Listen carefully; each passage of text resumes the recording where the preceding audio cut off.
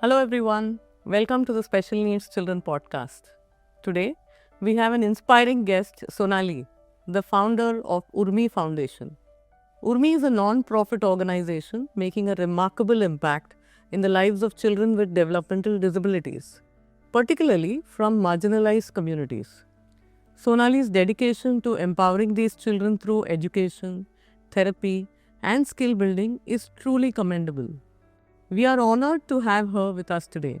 Her journey, challenges, and invaluable insights will undoubtedly inspire and enrich our audience.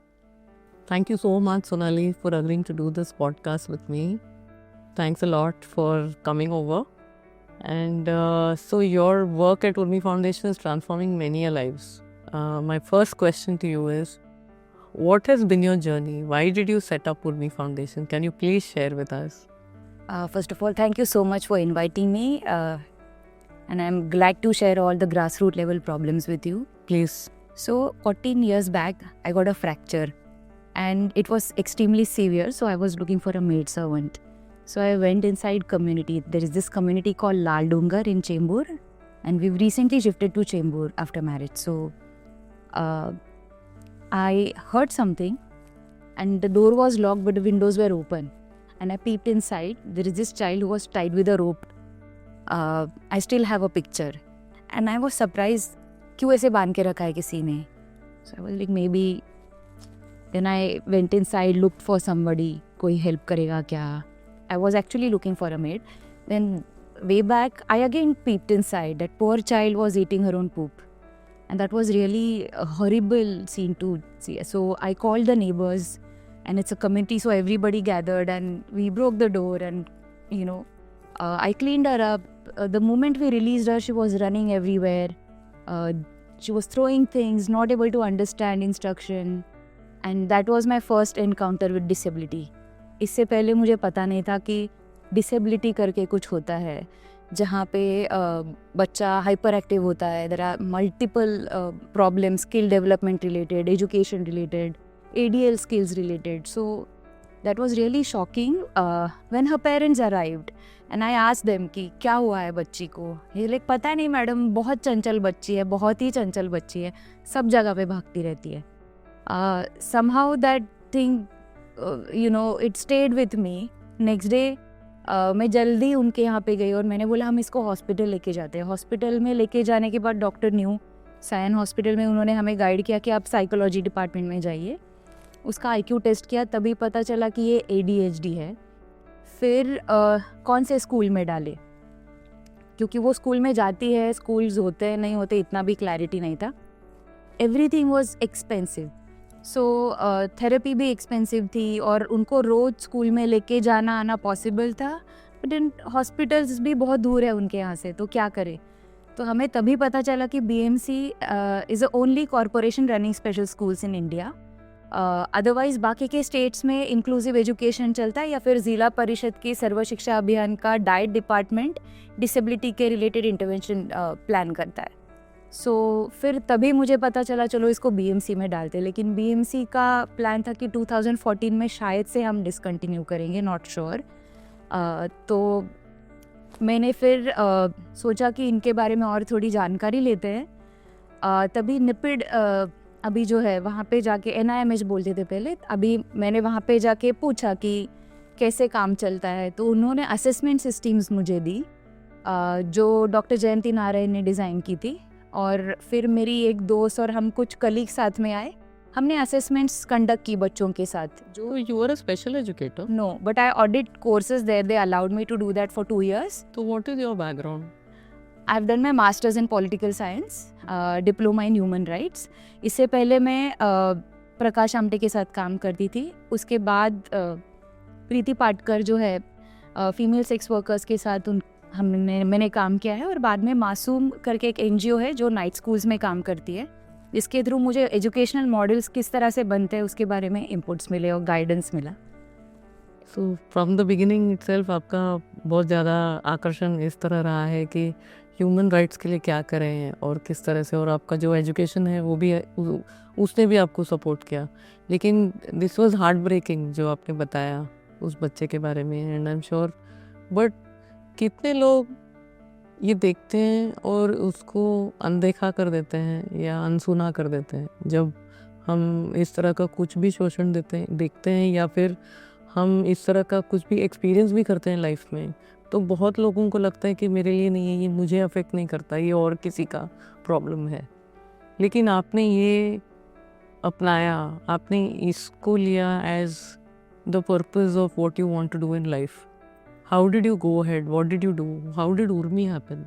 तो जैसे आप बोल रहे हैं कि पहले इग्नोरेंस होता है या फिर लोग देखकर भी अनदेखा करते हैं, मैं अपने आप को सबसे पहले उस कैटेगरी में डालूंगी। मुझे भी ऐसे लगता था, क्योंकि लोगों को जानकारी नहीं होती है, और जिनको जानकारी होते हैं वो लोग बोलते कि ये माइनॉरिटी में है, ये डोमिनेंट बच्चे ऐसे नहीं है ना, तो आप इसको डेरोगेटरी मत लेना।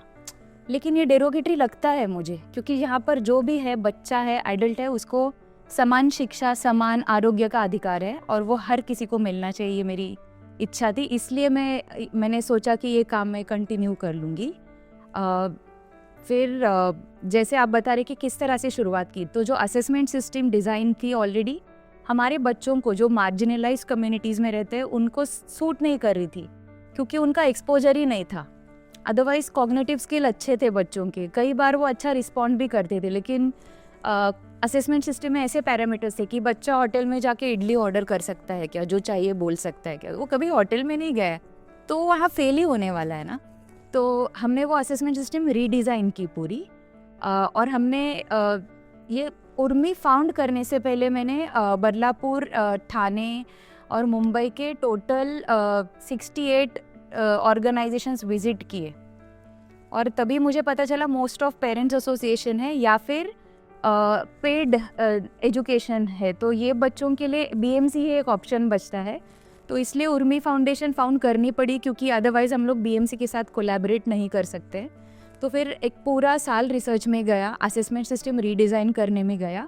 ये पूरा प्रोजेक्ट फिर हमने 1 साल में चेंबूर के स्कूल में पायलट करके देखा, और फिर उनके साथ रजिस्ट्रेशन किया हमने एज अ ऑर्गेनाइजेशन। मतलब हम ट्रस्ट है, नॉट फॉर प्रॉफिट है, हम जो भी फैसिलिटीज़ देते फ्री में देते हैं सबको।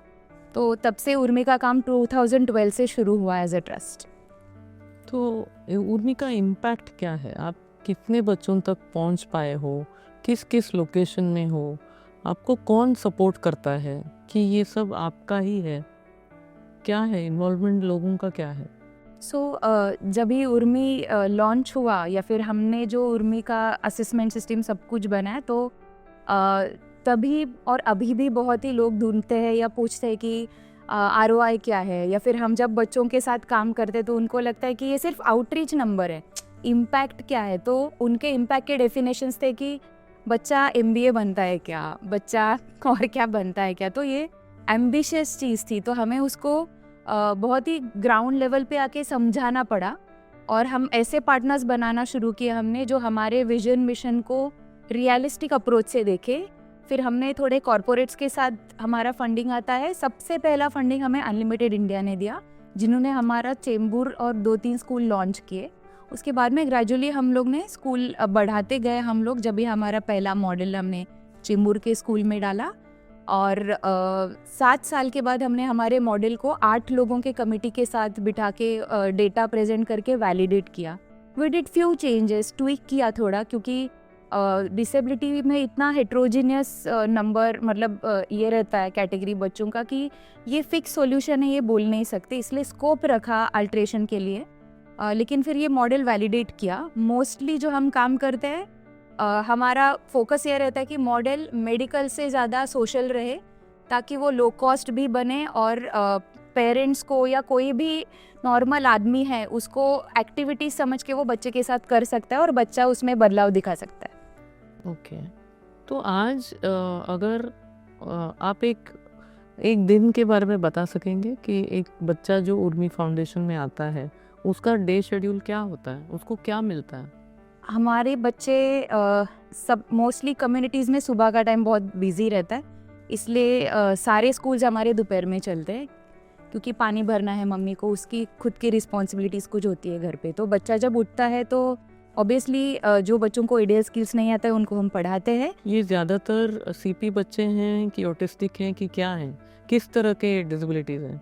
हम मल्टीपल डिसेबिलिटीज़ में काम करते हैं। तो ब्लाइंड बच्चे भी हैं, ब्लाइंड एंड डेफ है, या फिर Hearing सिर्फ फिजिकल इम्पेयरमेंट है या न्यूरोलॉजिकल है? किस तरह के बच्चे हैं? हमारी कंडीशन ये है कि फिजिकल इम्पेयरमेंट भी होती है, विजुअली चैलेंज, मल्टीपल डिसेबिलिटी होती है। बस हम UDID card and according to PWD act बच्चे का आईक्यू 70 से नीचे आ रहा है तो बच्चा परमानेंटली डिसेबल मानते हैं और वो हमारे प्रोजेक्ट में इनरोल होता है अकॉर्डिंग टू गवर्नमेंट लॉ। और आपको किस तरह से ढूंढ के आते हैं लोग? लोग हमें ढूंढते ही नहीं, हमें लोगों को ढूंढना पड़ता है। तो ये आप एकदम रिवर्स काम कर रहे हैं, तो कैसे करते हैं? हम डोर टू डोर जाते हैं और हमारे असेसमेंट सिस्टम में एक प्राइमरी असेसमेंट सिस्टम है जिससे पता चलता है कि बच्चे में क्या क्या दिक्कतें हैं। हम पेरेंट्स के साथ बैठ के, मम्मी के साथ बैठ के असेसमेंट करते हैं। यही सेम असेसमेंट सिस्टम हमने आंगनवाड़ी के जो सेविका है उनको भी सिखा के रखी है। तो प्राइमरीली जी जब भी उनको पता चलता है कि बच्चे में कुछ प्रॉब्लम है वो हमें रेफ़र करती है। फिर वो बच्चा हॉस्पिटल में हम रेफ़र करते हैं आईक्यू टेस्ट के लिए। जब यूडीआईडी कार्ड या आईक्यू टेस्ट आता है फिर उसके बाद हम बच्चे को इनरोल करते हैं। ओके। तो कोई बच्चा या कोई पेरेंट अगर वो जानते नहीं है, जैसे आपने उस बच्चे के बारे में बताया, उनको पहले तो पता ही नहीं रहता कि कुछ प्रॉब्लम है, तो आप ये मेहनत लेके जाके ढूंढ रहे हैं उस बच्चे को, फिर आप पेरेंट्स के साथ आपको कन्विंस करना पड़ता है कि आप ये सब करो, क्योंकि मार्जिनलाइज कम्युनिटी में उनका रोज का अगर वो काम नहीं करते हैं तो वो पगार नहीं कमा सकते, राइट? फाइनेंशियली उनको बहुत तकलीफ रहती है। फिर आप उनको असिस्ट करते हैं, आप उनको गाइड करते हैं कि कहाँ जाना है। वो असेसमेंट होता है, आपने असेसमेंट पैरामीटर्स भी ड्रॉ किए हैं to suit the exact need of the population, and then आप उनको एक रेगुलर प्रोग्राम देते हैं जहाँ पर वो रोज बच्चा, अभी आपने बोला सुबह का टाइम बिजी रहता है, फिर वो सेंटर में आते हैं। आपके कितने सेंटर्स हैं? हम सेंटर टोटल 10 सेंटर है, उसमें से 5 अभी काम कर रहे हैं, 5 हमारे पास फंडिंग नहीं है इसलिए बंद है। ये कहाँ पर है? ये मुंबई में ही है? मुंबई में ही है, मुंबई सबर्ब्स में है। मुंबई में ऐसे स्लम्स है जहाँ पर अगर हमें बच्चा, हम डोर टू डोर जाते हैं, रेफरल्स आता है, टेस्टिंग होता है, अगर 300 से ज़्यादा या 400 से ज़्यादा बच्चे डिसेबल है और स्कूल के बाहर है, वहाँ पे उर्मी का सेंटर खड़ा हो जाता है क्योंकि वो नंबर ज़्यादा है, वहाँ पे ज़रूरत है। तो अभी हमारा सेंटर एंटॉप हिल, धारावी, वाशीनाका, पंतनगर, सोनापुर, भांडुप साइड में है, उसके बाद में गोवंडी बैगनवाड़ी में है, कुर्ला कुरेश नगर में है। ऐसे 10 अलग अलग जगह पर है और यही सेंटर से कनेक्टेड हमारे बीएमसी के स्कूल्स है। विचार यही रहा था कि जब बच्चा छोटा है और कुछ कर नहीं पा रहा और बीएमसी में भी टॉयलेट ट्रेन बच्चे नहीं लेते कई बार, तो जब वो अच्छा बन जाए या एक जो टॉयलेट ट्रेन नहीं है उनको नहीं लेते हैं, वो नहीं लेते हैं और क्योंकि वो टॉयलेट्स इंक्लूसिव भी नहीं है और कई जगह पे बीएमसी के कई सारे स्कूल्स है जहाँ पर सेरिब्रल पॉल्सी बच्चा जा नहीं पाता है क्योंकि वहाँ पे रैंप नहीं है या लिफ्ट भी नहीं है और स्टेयर से बड़ा व्हीलचेयर लेके जाना बहुत कठिन हो जाता है। तो फिर इसलिए कम्युनिटी सेंटर्स एस्टैब्लिश किए गए थे। बीएमसी को छोड़कर भी कम्युनिटी में भी कई सारी चीज़ें बच्चे को एक्सेसिबल नहीं होती है क्योंकि इंफ्रास्ट्रक्चर उतना एडिक्वेट नहीं होता है। तो ये कम्युनिटी सेंटर्स जो आपने बोले, वो कौन निर्माण करता है, कौन बनाता है? हम ही जगह रेंट से लेते हैं, वहाँ पे हमारा मटेरियल चीज़ें, सारी चीज़ें डालते हैं और पेरेंट्स की एक मीटिंग होती है जिसमें हम हमारा प्लान बोलते हैं। सो टिपिकली FACP के हिसाब से ही होता है, functional assessment checklist for programming रहती है। उसमें personal, social, recreational, pre vocational, academic के जो एरियाज़ है, इन शॉर्ट हम लोग बच्चों को बात करना सिखाते हैं, ADL स्किल्स सिखाते हैं, फाउंडेशन पढ़ाते हैं थोड़ा एकेडमिक्स का ताकि आगे जाके वो स्कूल में जाए और बिहेवियर मैनेजमेंट पे भी काम चलता है। तो ये किस तरह से चलता है ये आसान शब्दों में हम माँ या फिर उनके फैमिली को भी कई बार जाके बताना पड़ता है। फिर बच्चे हमारे सुबह से सेंटर में आते हैं, उनका एक टाइम टेबल बनता है कि कितने बजे कौन क्या करेगा, लेकिन कई बार ये टाइम टेबल हम खुद फॉलो नहीं कर पाते क्योंकि बहुत सारे बच्चे हैं सेंटर में। जितना डिसिप्लिन BMC में हम मेंटेन कर पाते हैं उतना कम्युनिटी में मेंटेन करना चैलेंजिंग जाता है, लेकिन फिर भी हम कोशिश करते हैं क्योंकि एक टीचर के पास लिटरली 30 बच्चे या 50 बच्चे ऐसे हो जाते हैं तो उनको सर्कल्स में लेना पड़ता है। तो फ्रीक्वेंसी अकॉर्डिंगली डिसाइड होती है कि आज फ्राइडे सैटरडे के दिन बिहेवियर मॉडिफिकेशन पे काम होगा या एडीएल स्किल्स पे काम होगा, मंडे ट्यूसडे हम लोग प्री राइटिंग पे काम करेंगे साथ में, तो अकॉर्डिंगली काम चलता है। तो मिक्स ग्रुप बनता है, कई कुछ बच्चे हाइपर होते हैं, कुछ बच्चे थोड़ा सिटिंग स्पैन सही होते हैं, ताकि एक पीयर लर्निंग से भी बात बन सके और अकेले टीचर पे वो प्रेशर ना आए। इस तरह से उनका दिन चालू होता है। आप कोई ऐसे केस के बारे में बता सकेंगे? केस यानी हम तो एक फैमिली और एक रियल बच्चे के बारे में बात कर रहे हैं, जहाँ पर उनको उर्मी में आकर बहुत ज़्यादा फ़ायदा हुआ। ये आपको बताने के लिए मुझे लगता है अभी सही टाइम है, क्योंकि मैं खुद इम्पेशेंट होती थी पहले 7 साल, क्योंकि बच्चे बहुत धीरे से पढ़ते हैं। लेकिन 7-8 साल होने के बाद जो बच्चे 18 साल के आगे हमारे पास आगे गए हैं, उनके हर वार्ड ऑफिस में बचत गट सेल्फ हेल्प ग्रुप्स रजिस्टर हुए हैं, और उनके खुद के बैंक अकाउंट है, पैन नंबर्स है, और हर कम्युनिटी में ऐसे 7 अभी तक हम लोग ने बचत गट रजिस्टर किए। वहाँ से कम्युनिटी के छोटे छोटे शॉप्स या छोटे छोटे फैक्ट्रीज होते हैं कम्युनिटी में, जो बच्चों को सूट होता है वो जॉब उनको दिया गया है और वो इस तरह से कमा रहे हैं। कई सारे बच्चे बाहर भी जाके कमा लेते हैं, जिनके कॉग्निटिव स्किल सही होते हैं या जो चल फिर सकते हैं, उनको ज़्यादा दिक्कत नहीं आती। लेकिन कम्युनिटी में ये एम्प्लॉयमेंट मॉडल है और अभी तक 300 से ज़्यादा बच्चे हमारे एम्प्लॉयड है। तो ये तो बहुत ही अच्छा है, लेकिन पेरेंट्स क्या बोलते हैं आपको जब उनको ये दिखता है ये चेंज, तो क्या कहते हैं?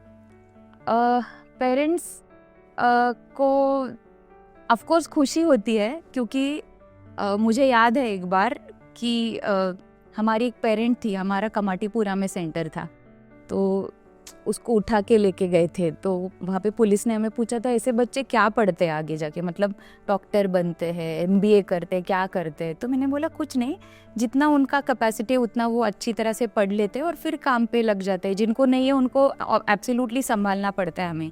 तो उन्होंने हमें बोला तो आप इनको पढ़ा दे क्यों हो?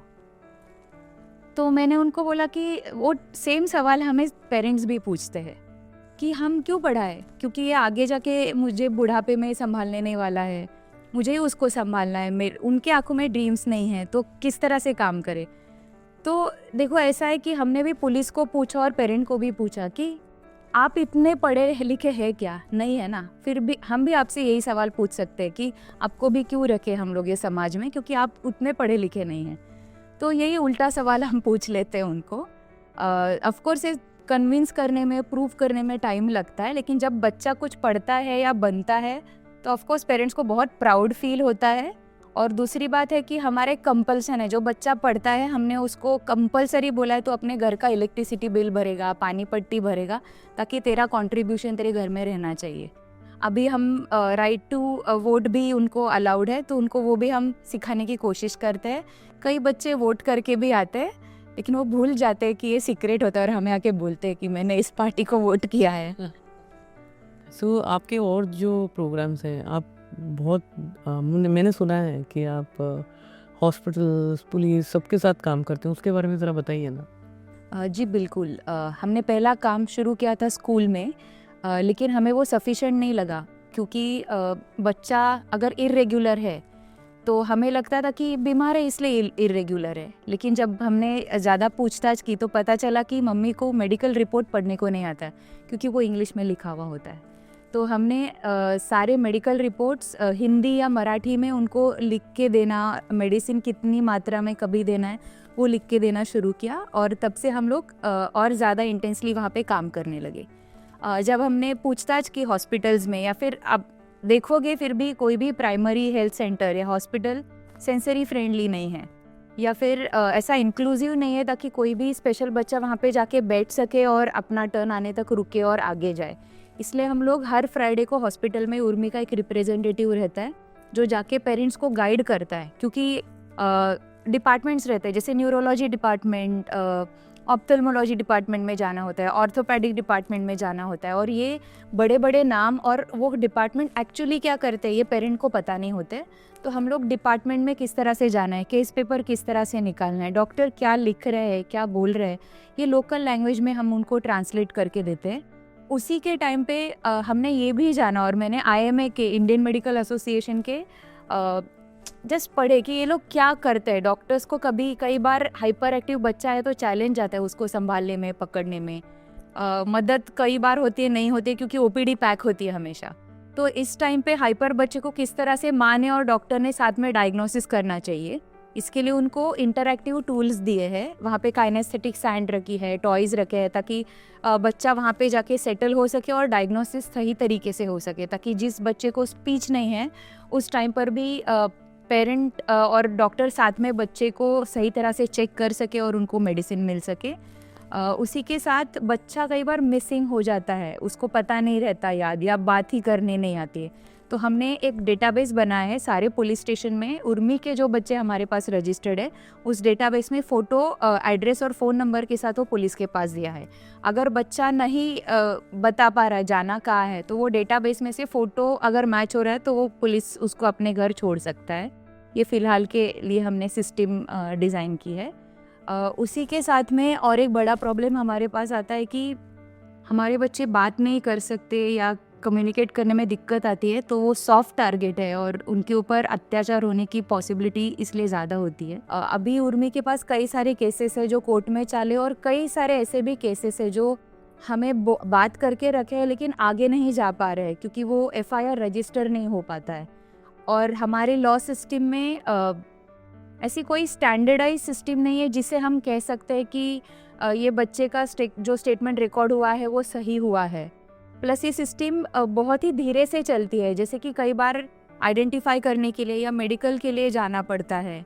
कई बार बच्चा गंद में पड़ा रहता है तो DNA चला जाता है, अगर बाहर निकाल के हम लोग उसको धो लेते हैं तो फॉरेंसिक डिपार्टमेंट ने हमारी टीम को ट्रेन करने के लिए ये कुछ टिप्स बताए थे, लेकिन हम कई बार उनको फॉलो नहीं कर पाते हैं, वो प्रैक्टिकली पॉसिबल नहीं होता है। तो हम ये चाहते हैं कि गवर्नमेंट या पुलिस सिस्टम साथ में आके एक सेपरेट सिस्टम हमारे बच्चों के लिए बनाए, स्टैंडर्डाइज, जिससे लॉ या प्रोसेस फास्ट हो सके, डायग्नोसिस सही तरीके से और फास्ट हो सके, और एक कोऑपरेटिव और फ्रेंडली एनवायरनमेंट में हो सके। क्योंकि कई बार वो सिस्टम या फिर वो पूरे केसेस इतने स्लो चलते हैं और कई सालों से चल रहे हैं कि कुछ जस्टिस मिला नहीं है किसी को, और ये सारी प्रोसेस देखे बाकी के लोग भी डिमोटिवेट होते हैं और वो बोलते कि हमें आगे आके कंप्लेंट नहीं करनी है। और इसका एक इम्पैक्ट ऐसे होता है कि जो शोषण करता रहता है हमारे बच्चों के ऊपर, उसको लगता है कि कोई बात नहीं, अभी हम कर सकते हैं, कोई एक्शन तो लेता नहीं है, कोई पुलिस के पास तो जाता नहीं है। लेकिन एक बात हम पुलिस को थैंक यू बोलना चाहते हैं इसमें, कि कई सारे स्पॉट्स है जहाँ पे शोषण होने की पॉसिबिलिटी हमें बहुत ज़्यादा लगती है, और हम पुलिस को बोलते हैं आप यहाँ पे 2 या 3 बार पेट्रोलिंग रखो या राउंड मार के आ जाओ, तो पुलिस कई बार वो करके आ जाता है ताकि बच्चा सुरक्षित रहे। लेकिन इसकी कोई गारंटी ना वो दे सकते हैं ना हम दे सकते। मुझे लगता है ये समाज की ही जिम्मेदारी है अल्टीमेटली कि ऐसे बच्चों का शोषण ना करे, या उनके फैमिलीज़ को कई बार अंधश्रद्धा के वजह से बाजू में रखा जाता है, या फिर हमेशा 90% मैंने देखा है कि माँ को ब्लेम किया जाता है कि तुम्हारे वजह से ये सब चीज़ें हुई है। कई सारे माएँ हमारे पास आती है और बोलती है कि मतलब छोटी छोटी सिस्टम है, उनके घर में उनको सबसे लास्ट खाना मिलता है क्योंकि उसके बच्चे के साथ उसका बच्चा ऐसा है, या फिर हमेशा उसके बच्चे को और मम्मी को कोई सोशल फंक्शन में जाना नहीं होता है। शादी में नहीं जाते ये लोग, बर्थडे पार्टीज़ में नहीं जाते, क्योंकि वो उनको इनवाइट करना सही नहीं लगता है कई लोगों को। तो ये समाज ने अपना दृष्टिकोण भी बदलना चाहिए, और ये कंटेजियस चीज़ है, ऐसे सब बहुत सारे लोगों को लगता है, जो बिल्कुल भी गलत है। इसके बारे में पढ़े लिखे लोगों ने भी सोच समझ के काम करना चाहिए। आप ये सब कर रहे हैं और इसमें आई थिंक आप मदर्स के लिए भी कुछ स्पेशल कर रहे हैं ना? हाँ बिल्कुल। हमारा एक प्रोजेक्ट चलता है, उसका नाम है होनहार माँ।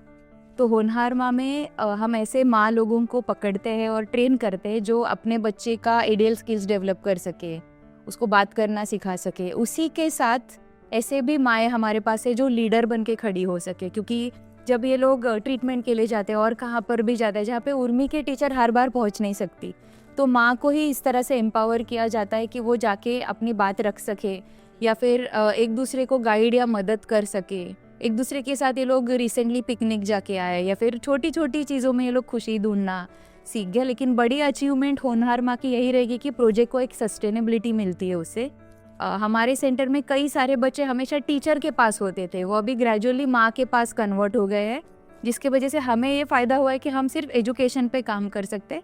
ADL स्किल्स पे, स्पीच डेवलपमेंट पे या बिहेवियर मैनेजमेंट पे माँ बहुत अच्छी तरीके से काम करना सीख जाती है। पढ़ाई इसलिए नहीं कर पाती क्योंकि वो पढ़ी लिखी नहीं है, तो उनको लिखना पढ़ना नहीं आता, इसलिए हम उनको ये चीज़ नहीं बताते, बट अदरवाइज़ माएँ सीख लेती है ये। और हर सेंटर से ऐसी एक 20-25 माएँ तैयार है जो और भी कोई माँ आ जाए तो उसको ट्रेन कर सकती है, सिखा सकती है, या फिर एक कोपिंग के लिए मदद कर सकती है नई माँ को कि जिसको लगता है कि मेरे साथ क्या हुआ, ये सही हुआ नहीं, क्या लगता है। ये बहुत इमोशनल फेज़ होता है हर माँ के लिए, तो हमने देखा है कई माएँ उनके लिए खड़ी हुई है, तो ऑफ कोर्स बहुत अच्छा उन्होंने सहयोग दिया है इसमें। वंडरफुल। या तो ये आपने उनको एम्पावर किया है, इसलिए वो माँ आगे जाके दूसरों के लिए भी खड़ी हो सकती है, which is really fantastic. On the other side Sonali, अभी ये सब तो अच्छा हो रहा है और आपका इम्पैक्ट दिख रहा है, आप पेरेंट्स को बेनिफिट हो रहा है, बच्चों को बेनिफिट हो रहा है। ऑपोजिट साइड में कैसा है, क्या किस तरह के चैलेंजेस आते हैं, आपको क्या क्या करना पड़ता है? बहुत कठिनाइयाँ रहेंगी, राइट? जब हम डिसेबिलिटी सेक्टर की बात करते हैं तो ये बिहेवियर चेंज है और साइकोलॉजिकल इंटरवेंशन है, जिसका जेस्टेशन पीरियड कुछ भी हो सकता है, हम उसको डिसाइड नहीं कर सकते। लेकिन मोस्टली कॉरपोरेट्स को लगता है कि ये करने के बाद, मतलब चावल खाने के बाद पेट भरना चाहिए, तो ऐसे कई बार नहीं होता है। हम कितनी भी कोशिश करें, कई बार बच्चे पढ़ते हैं, नहीं पढ़ पाते हैं, कई बार देर से पढ़ते हैं। जैसे मैं आपको एक एग्जांपल दूंगी कि हमने किसी को प्रपोजल लिखा था और हमारे पास हर साल 2000 बच्चे आते हैं, उसमें से 300 एम्प्लॉयबल होते हैं और उनको एम्प्लॉयमेंट मिलती है, कई बार उतनी भी नहीं मिलती है। तो वो रेशो जब भी उन्होंने देखा तो उन्होंने बोला नहीं, 100% होगा तो ही ये प्रोजेक्ट इन्वेस्टमेंट वर्दी है, क्योंकि सिर्फ 300 नंबर बहुत कम लगता है उनको। तो हमारे सेक्टर में नंबर बहुत ज़्यादा बहुत ही ज़्यादा बहुत है। ज़्यादा है। तो लेकिन ये किस तरह से हम समझा पाएंगे लोगों को कि ये इतना कठिन है और वो आप कर रहे हो? तो यही दिक्कत आती है, इसलिए हम चाहते कि कोई हमारे जैसे लाइक माइंडेड लोग हमसे जुड़ जाए, जो हमारी मदद करे। जैसे अगर आप अच्छे लॉयर हैं, या आप अच्छे थेरेपिस्ट है, या आप अच्छे टीचर है और आपको आके बच्चों को पढ़ाना है, तो अब एक वॉलंटियर बन के बच्चों के साथ आके जुड़ सकते हैं, उनको पढ़ा सकते हैं, हमें ज्वाइन कर सकते हैं हमारे विजन को। टीचर के बारे में बताइए ना कि हर सेंटर में कितने बच्चे हैं? हर सेंटर में 48 to 50 बच्चे रेगुलर आते हैं, लेकिन WHO का रेशियो ये कहता है कि 8 बच्चों के लिए एक टीचर होनी चाहिए। हमारे पास एक टीचर है जो 40 बच्चों को से भी ज़्यादा बच्चों को संभाल रही है, उसी के साथ वो मदर्स को भी गाइड कर रही है, उसी के साथ वो कम्युनिटी में जाके आउटरीच भी कर रही है। तो ये रेशो ऑलरेडी हमारा ब्रेक हो चुका है, और ये रेशो सिर्फ उर्मी के कम्युनिटी सेंटर में ही नहीं, BMC में भी ब्रेक हो चुका है। BMC में एक टीचर के पास 15 से 20 बच्चे होते हैं, तो वो रेशो वहाँ पर भी अच्छी तरह से मैनेज नहीं हो पाता क्योंकि एनरोलमेंट्स ही ज़्यादा है और लोग सिस्टम में कम हैं। जैसे पहले माइंड्स कॉलेज था, वो अभी बंद पड़ गया, तो प्रोफेशनल्स भी उतने ज़्यादा पास आउट नहीं हो रहे हैं कि जो आगे जाके हमारे ग्रास रूट लेवल में जाके कैटर कर सके ये नीड को। तो ये बड़ा चैलेंज रहा है डिसेबिलिटी सेक्टर में, और ये सेक्टर ह्यूमन सेंट्रिक ज़्यादा है क्योंकि इसमें पर्सनल कनेक्शन से काम ज़्यादा बनती है। हम कोई भी जगह पर इलेक्ट्रिक क्लासरूम लगा के बच्चों पढ़ो करके आके नहीं आ सकते, हमें एक आदमी लगता है या टीचर लगते हैं जाके वहाँ पे काम करने के लिए।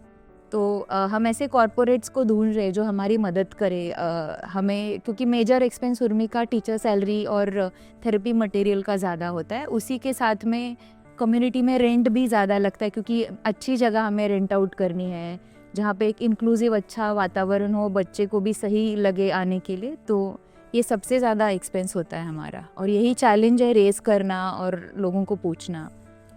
तो हर सेंटर में कितना पैसा लगता है रफली 5 या 6 लाख रुपए हमें लगते हैं हर साल के लिए सेंटर में 48 बच्चों को सही तरीके से शिक्षा देने के लिए। ओके। और इसके लिए आपको बार बार कॉर्पोरेट्स को पैसा पूछना पड़ता है, आपका फंडिंग कहाँ से आता है? हमारे मेजर फंडर्स विप्रो, ग्लैट या फिर ILNFS इंफ्रा है, लेकिन इनके जो फंडिंग अप्रूवल्स है जो हमें सफिशेंट नहीं है, हमें और डोनेशन की ज़रूरत है जिससे हम क्वालिटी मैन पावर हायर कर सके जो अपने बच्चों को और सही तरीके से सिखा सके, और ज़्यादा टीचर हायर कर सके, क्योंकि एक टीचर का जैसे मैंने रेशियो बनाया उसे हमें ज़्यादा एम्पलीफाई करना है इम्पैक्ट, तो ज़्यादा लोग एंगेज करने पड़ेंगे, इसलिए हमें ज़रूरत है। तो हम और डोनर्स ढूंढ रहे हैं जो हमारी ये मदद कर सके। इसके अलावा इंफ्रास्ट्रक्चर के मामले में कुछ आपको कठिनाइयाँ होती हैं क्या? बहुत ज़्यादा कठिनाइयाँ होती है इंफ्रास्ट्रक्चर में। इंफ्रास्ट्रक्चर ख़राब होने का इम्पैक्ट सिर्फ बच्चे के शिक्षा पर भी नहीं होता है, बच्चे को आगे बढ़ने में भी होता है। पहले हम शिक्षा की बात करेंगे कि इंफ्रास्ट्रक्चर बीएमसी में और कम्युनिटी में ही बहुत ज़्यादा वीक है।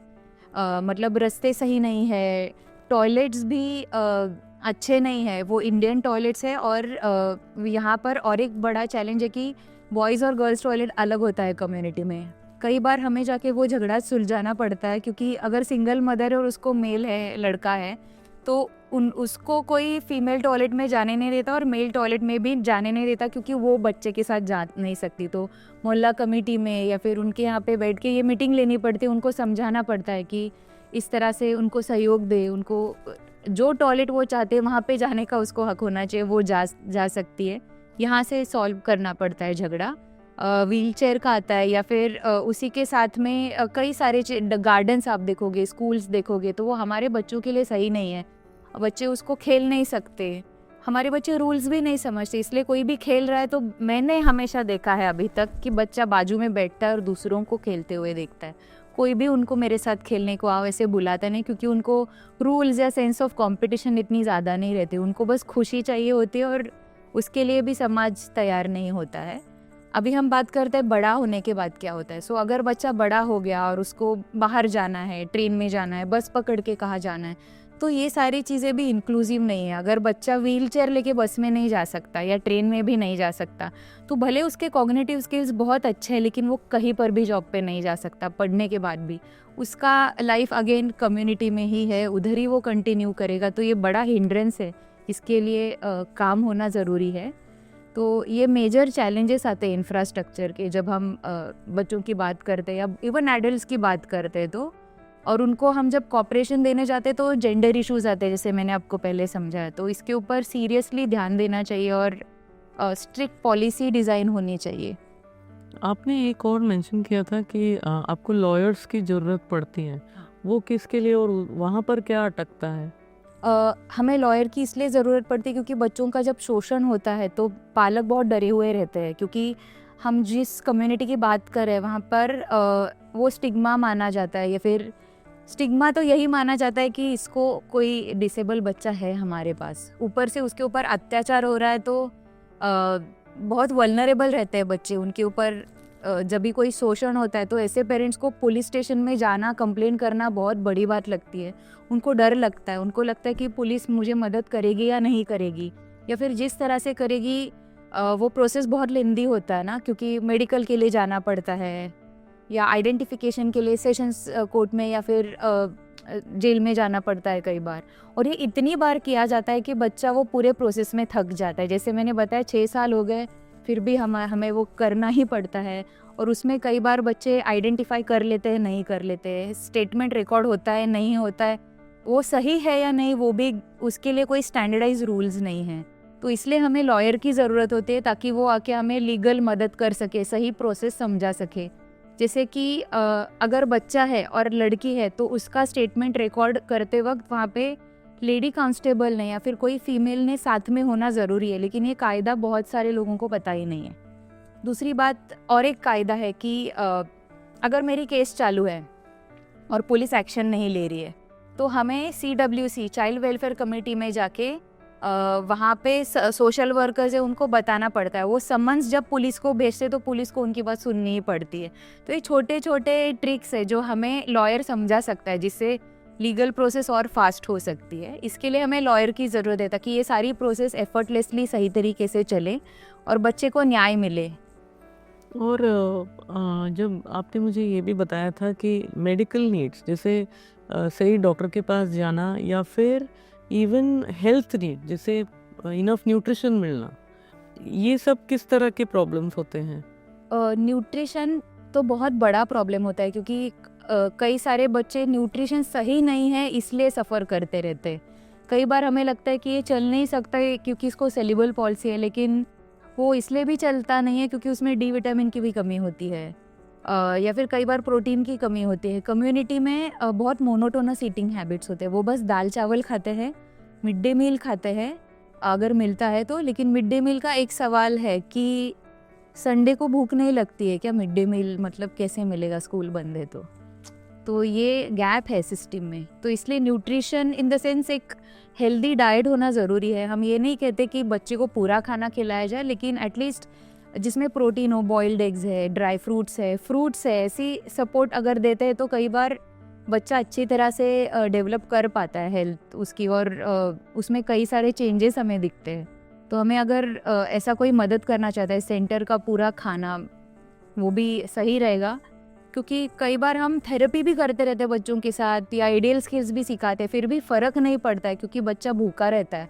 तो भूखा आदमी काम नहीं कर सकता तो बच्चा कैसे पार्टिसिपेट करेगा? या फिर जो भी वो खाता है वो सिर्फ दाल चावल है, या पेट भरने के लिए मैंने देखा है कई बार पेरेंट्स होते हैं जो बड़ा सा पाव लेके आते हैं, चाय के साथ देते हैं, दिन भर बच्चा उसी पे रहता है और कुछ उसने खाया नहीं रहता है। तो ये भी खराब ईटिंग हैबिट्स है जो बच्चे के हेल्थ को अफेक्ट करती है। इसलिए हम चाहते हैं कि अच्छा खाना मिले ताकि बच्चे का फुल पोटेंशियल वो अचीव कर सके। एंड जब उनको कोई कुछ होता है, अगर कोई फ्रैक्चर हुआ या फिर कहीं कुछ लग गया, या कोविड के टाइम पर कितने बच्चों को भी कोविड हुआ रहेगा, या फिर कोई वायरल अटैक हुआ, तो क्या वो आराम से डॉक्टर के पास जा पाते हैं और कहाँ जाते हैं? जब यहाँ पे और एक गैप है सिस्टम में, जब बहुत बीमार पड़ते हैं या कुछ भी होता है तो हमारे प्राइमरी हेल्थ सेंटर्स उतने इक्विप नहीं है ताकि उनको मदद कर सके। वो हमेशा बड़े हॉस्पिटल में जाओ करके बोलते हैं। बड़े हॉस्पिटल में बच्चा जाता है, बहुत फीवर आता है उसको, उसके बाद का इमीडिएट स्टेप है कि उसको अकड़ी आती है, एपिलेप्सी अगर है तो। मोस्टली 70% बच्चों को है हमारे यहाँ पे एपिलेप्सी की प्रॉब्लम। तो उसका फिर MRI CT स्कैन निकालना पड़ता है, जिसका डेट उसको 3 महीने के बाद मिलता है। तब तक उसकी ट्रीटमेंट नहीं हो पाती है। तो इसके लिए अगर कोई डॉक्टर ज्वाइन करना चाहे और ये सारी चीज़ें हमें कनेक्ट करके दे तो ट्रीटमेंट जल्दी हो सकती है और बच्चा जल्दी सुधार ला सकता है। उर्मी में इसकी बहुत ज़्यादा ज़रूरत है क्योंकि पिछले 3 सालों में हमने हर साल 44 to 38 बच्चों की डेथ रिकॉर्ड की है, क्योंकि हेल्थ फैसिलिटी एडिक्वेट नहीं है। बहुत बुखार आ जाता है तो अकड़े आ जाते हैं, बच्चा ट्रीटमेंट सही टाइम पे नहीं ले पाता है। अभी हम लोग ये सिर्फ ट्रीटमेंट की बात करें, मैं आपको एक एग्जांपल बताऊंगी कि एक बच्चा खेलते खेलते गिर गया और उसको लग गया, बहुत खून आ रहा था। सिंपल काम था, उसको स्टिचेस लगाने थे।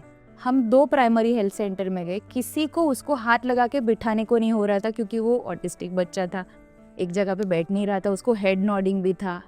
तो मना किया डॉक्टर ने उसको संभालने के लिए, कैसे लगाएगा stitches, he was so scared. तो उसको फाइनली हम लोग लेके गए राजावाड़ी हॉस्पिटल में, क्योंकि फिर चेंबूर से ऑल द वे घाटकोपर पर जाना पड़ा, और उसके जो स्टिचेस लगाए हैं वो वार्ड बॉय ने लगाए थे। तो मुझे ये सिस्टम में बड़ी गैप दिखती है कि जो क्वालिफाइड आदमी है उसको हैंडल करने को नहीं आता, इसलिए सर्विस नहीं मिल रही है। और कोई जो है जो असिस्टेंट करके या फिर पैरामेडिकल काम कर रहा है उसको ये सारी चीज़ें एक्सपीरियंस के तौर पे समझ में आती है। तो मैं ये चाहूँगी कि डॉक्टर्स या कोई भी हो, एक्सपीरियंस आदमी हमारे बच्चों के बारे में सोचे, क्योंकि पेशेंट हमेशा बैठ के आपको डायग्नोसिस करने में सपोर्ट करेगा, यही माइंडसेट लेके लोग उतरे हैं। कई बार ऐसे नहीं पॉसिबल है। तो ऐसे अगर अच्छे मेडिकल प्रैक्टिशनर्स हमारे पास आ जाए जो डाइट को लेके, अच्छे हैबिट्स को लेके सही तरीके से पेरेंट्स को गाइड कर पाए, तो ये डेथ रेट हम कम करना चाहेंगे। So, Sonali, what are the future plans now for Urmi? आप ये बता पाएंगे, जब से आपने शुरू किया अभी कई साल हो गए ना, कितने साल हो गए हैं आपको? अभी 13 साल हो जाए। 13 साल हो जाएंगे। तो आपका अगर मैं पूछूं कि अगले 5-10 साल में आप क्या करना चाहेंगे, क्या अचीव करना चाहेंगे, और उसके लिए आपको किस तरह का सपोर्ट चाहिए, तो आप प्लीज़ बताएंगे। जी बिल्कुल। अगले 10 सालों में या 5-10 सालों में हम चाहेंगे कि जो कम्युनिटी में हमारे स्टेक होल्डर्स है या गवर्नमेंट के इंस्टीट्यूट्स है, उन्होंने एक दूसरे से जुड़ के एक इंक्लूसिव इंफ्रास्ट्रक्चर और मैन पावर ट्रेन करके रेडी रखना चाहिए, ताकि हर बच्चा वहाँ पे जाए, उसको मदद मिले।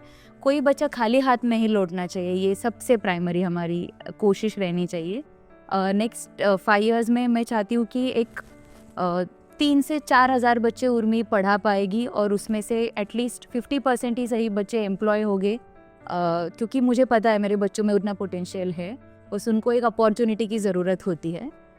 मैं यही चाहूँगी कि सारे आंगनवाड़ीज़ और हॉस्पिटल्स है, बीएमसी के जो स्पेशल एजुकेशन डिपार्टमेंट है, उन्होंने अपना बजट बहुत ही ज़्यादा कम करके रखा है, वो थोड़ा बढ़ा दे, क्योंकि लोगों को वहाँ पे आके काम करने में भी इंटरेस्ट है। कई सारे लोग डेफिनेटली रह गए जिनको आना है, इस सिस्टम से जुड़ना है और इंक्लूजन के लिए काम करना है।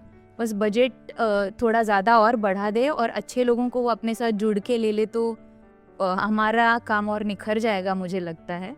मैं चाहूँगी कि जो भी कॉरपोरेट्स है जो ROI को छोड़ के एक बच्चे के लिए एक इमोशनल या फिर खुशी देने वाले कॉज के लिए कनेक्ट होना चाहते, तो वो ज़रूर हमसे कनेक्ट हो सकते हैं। कोई लॉयर है, कोई डॉक्टर है, न्यूरोलॉजिस्ट है, पेडियाट्रिशियंस है, उनको अगर हमारी मदद करनी है तो हम खुले हैं, उनको वेलकम करना चाहते हैं, वो आए ज़रूर। और हम डेफिनेटली उनको जो भी इंफ्रास्ट्रक्चर या मोबिलाइजेशन करके देना है वो अवेलेबल करके देंगे। बच्चे उनके पास रेगुलरली आके अपना चेकअप करवा सकते हैं।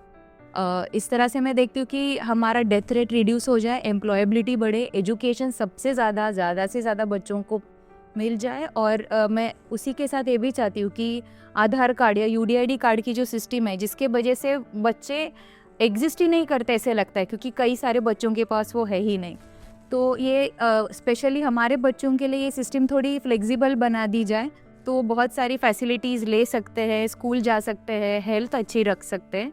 इसके लिए थोड़ा सोचना ज़रूरी है। उर्मी उनकी डेफिनेटली सहायता करेगी।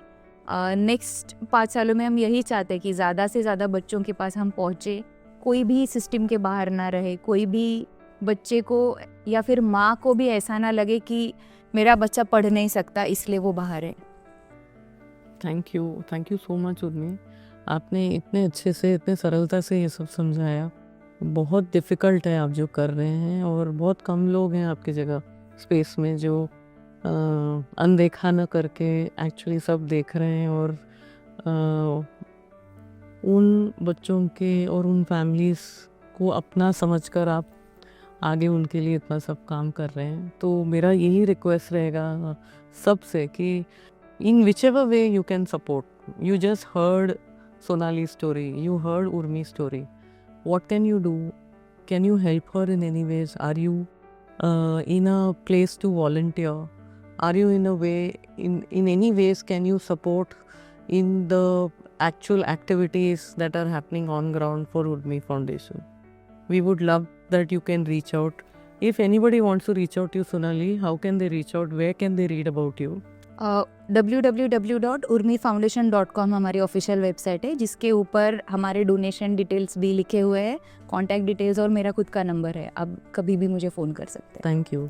तो आपको प्लीज़ यही करना है, वेबसाइट में आप क्लिक कर सकते हैं, आप उनके काम के बारे में वहाँ पढ़ सकते हैं, और उनके सारे कॉन्टैक्ट डिटेल्स जैसे सोनाली ने बोला वहाँ पर ऑलरेडी है। क्या हम सब जो प्रिविलेज्ड हैं, वो जिनको एब्सोल्युटली, ये दूसरी साइड पे हैं, उर्मी फाउंडेशन के बारे में एक बहुत सुंदर फिल्म बनाया गया है to show the actual divide in Bombay, right, कि कौन प्रिविलेज्ड है और कौन बिल्कुल प्रिविलेज्ड नहीं है। और हम उस साइड में हैं जहाँ पर हमारे साथ सब कुछ है, फिर भी हम क्रिप करते हैं कि हमारे पास नहीं है। लेकिन आपने ये आज सुना कि किस तरह से जो एक्चुअल बर्थ राइट है हर बच्चे का, that is safety first of their own self, their own body, their own mind, उसका भी कोई गारंटी नहीं है। फॉरगेट उसके बाद उसको जो एजुकेशन मिलना चाहिए, जो न्यूट्रिशन मिलना चाहिए, जो हेल्थ के लिए, ये तो बेसिक ह्यूमन राइट है, वो भी उनको नहीं मिल रहा है। इसलिए हमारा सिंसियर रिक्वेस्ट है कि आप प्लीज़ कम फॉरवर्ड, और ऐसे संस्थाओं से आप जुड़ सकते हैं और बहुत ये जो ROI वगैरह है ये छोड़ के, बहुत दूर छोड़ के एक्चुअल इम्पैक्ट हर बच्चे को जो मिलना चाहिए वो अगर उनको मिल गया तो वो आपका सबसे बड़ा अचीवमेंट है. और thank you Sonali for clearly stating this out and we wish you all the very best. And please a huge thanks on behalf of all the parents and all the children for what wonderful work you and your entire team are doing. Thank you. Thank you so much. Thank you.